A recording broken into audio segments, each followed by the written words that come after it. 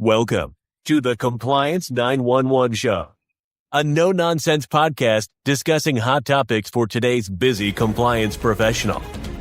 It's everything you wanted to know about regulatory compliance, but we're afraid to ask. And now, here are your hosts, Dean Stockford of M&amp Consulting and Len Suzio of GeoDataVision.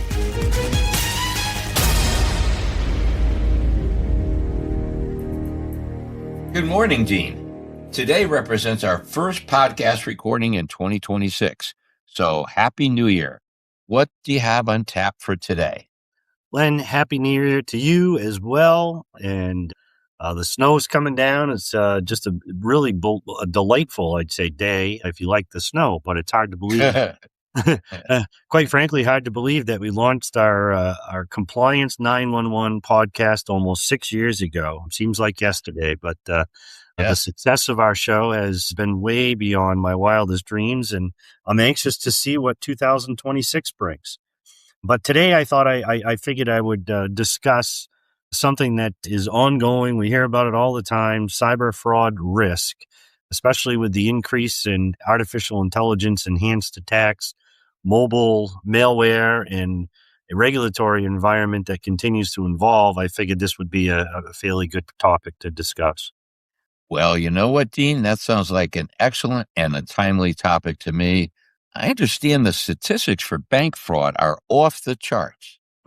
Well, no doubt the statistics are alarming, and I suppose you could look at different media and get different results. But in some of the materials I was reading recently, in 25, over $1 trillion in global losses occurred in 2024, and we experienced about a 25% increase in consumer fraud losses year over year, which totaled over $12.5 billion in the U.S. alone.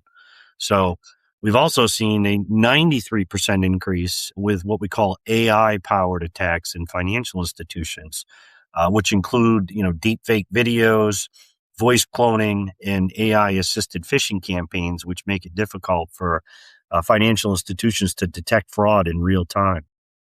Wow, those statistics are off the charts and a real concern.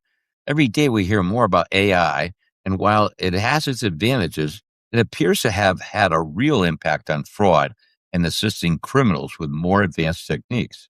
You're definitely correct on that. These criminal fraudsters use these AI-based solutions to enhance their deception techniques and scale their operations like never before, which have only amplified over the last several years. So financial institutions often think that there are two steps behind the criminals, they're two steps behind the criminals. So it's imperative to take a proactive approach and deploy the right security measures to protect themselves and, of course, customers against those vulnerabilities. So, Dean, are you finding institutions investing in systems or techniques designed to help prevent large-scale fraud attacks? Well, certainly the short answer to that, I believe, is yes. Financial institutions are investing heavily in enhancing their fraud prevention efforts. Most are using fraud detection technology. Well, can you share a little bit about those key technologies?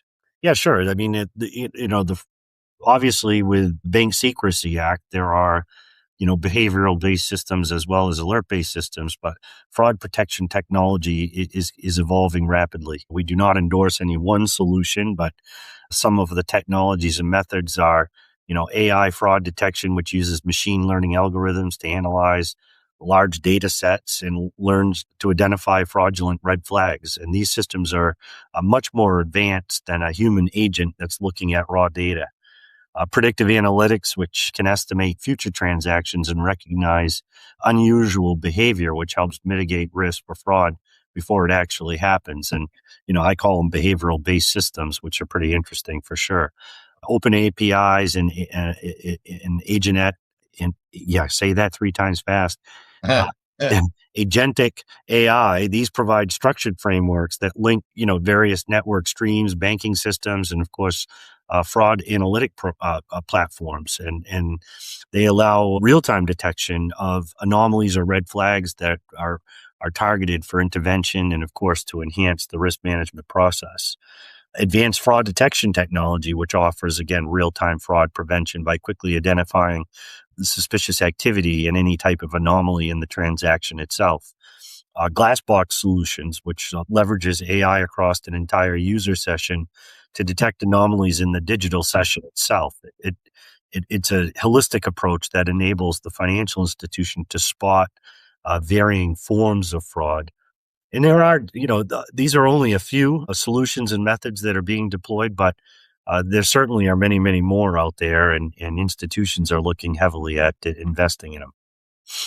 Well, this is great information, Dean. I know the challenge, of course, is how institutions balance security prevention with customer experience. So this should be another interesting year. Any thoughts on balancing prevention with customer experience? Well, I certainly think it's imperative that financial institutions be proactive and fight back. Collaboration between, the financial institutions themselves, of course, tech companies, law enforcement, third-party providers, and of course, your regulators should be a real critical component.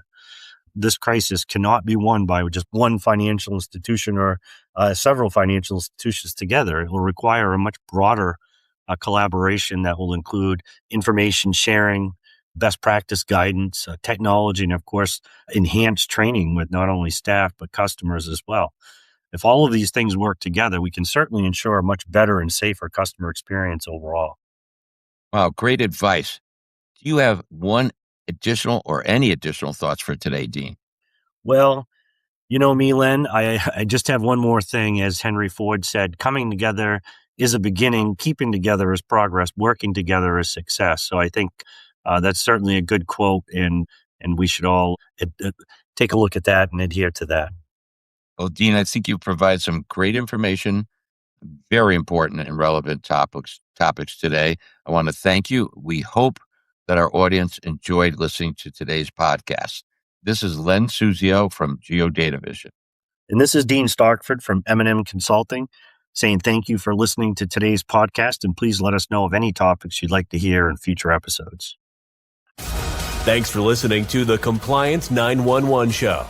If you like the podcast, be sure to subscribe so you don't miss an episode. While you're at it, please give us a like and review to help others find the show. As always, links are in the show notes, and you can always find us online at compliance911show.com. Follow M&amp Consulting and GeoDataVision on LinkedIn for all the latest news and information on compliance hot topics.